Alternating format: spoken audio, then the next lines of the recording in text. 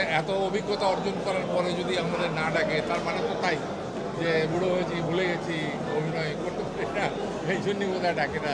Always positive মাইন্ডের লোক, আমি আশাবাদী লোক। আমি সবসময় আশা করি যে তারা ভালো কিছু করবে। সবাই হাসি মুখে বেশ আনন্দ চিত্তে এখানে ঘুরে বেড়াচ্ছে, কথা বলছে, ভোট দিচ্ছে। এর চেয়ে ভালো তো আর কিছু হতে পারে না।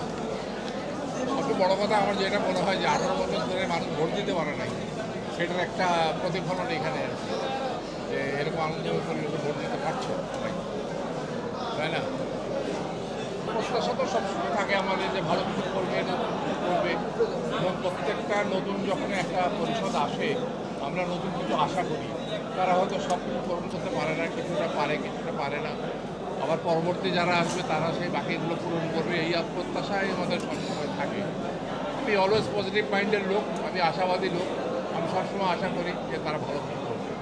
স্যার, অনেকদিন পর নির্বাচন, সেটা হচ্ছে অনেকের আশা হয় এখানে নতুন পুরাতন সিনিয়র জুনিয়র অনেকের মেলবন্ধন ঘটে।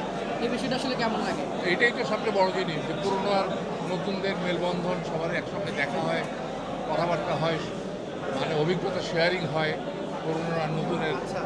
এর চেয়ে বড় স্কোপ তো সহজে হয় না আমাদের। এটা সবচেয়ে আনন্দের জায়গা। আর বিশেষ করে এই ইলেকশনের দিনটাই বোধহয় আমার মনে হয় সবচেয়ে ভালো একটা সুযোগ অভিজ্ঞতা লেনদেনের। ভালো, খুব সুন্দর। অনেক সিনিয়র, তারপরে কষ্ট করে এসছেন ভোট দিতে, কিন্তু মানে এটা সিনিয়র জুনিয়র বলে কথা না, এটা আমার প্রাণের একটা জায়গা, আমার আনন্দের জায়গা, প্রাণের বন্দর বলতে গেলে। এখানে আসাটা একটা আনন্দ। ভোট দেওয়াটা তো একটা ব্যাপার, আলাদা ব্যাপার। তার আগে সবার সাথে দেখা হবে, এটা যেন বেশি বেশি প্রয়োজন, এই জন্য আসা হয়।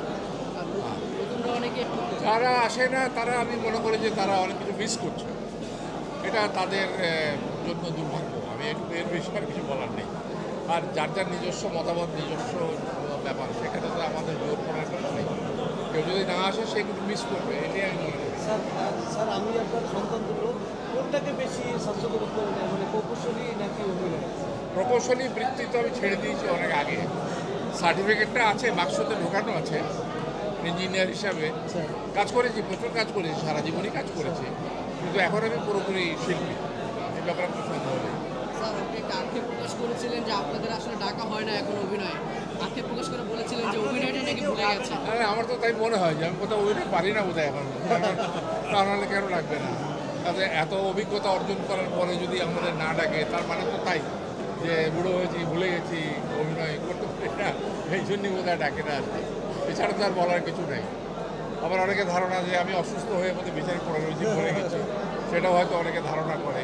কিন্তু আল্লাহর রহমতে আমি ভালো আছি।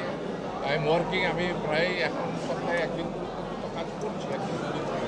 স্যার, নতুন যারা এই প্রফেশন আসতে চাই ইন্ডাস্ট্রি আসবে, তাদের সামনে মেসেজটা কি থাকবে? যারা নতুন আসতে চায় তাদেরকে বলবো যে এখন প্রফেশন হিসেবে এটা নেওয়ার জন্য একটা ভালো জায়গা, কিন্তু যে শিখে আসবে তার জন্য সবচেয়ে ভালো।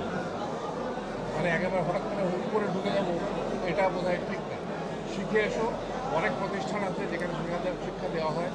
তারা যদি শিখে আসে তাদের জন্য এটা সবচেয়ে ভালো হবে আমি মনে করি। স্যার,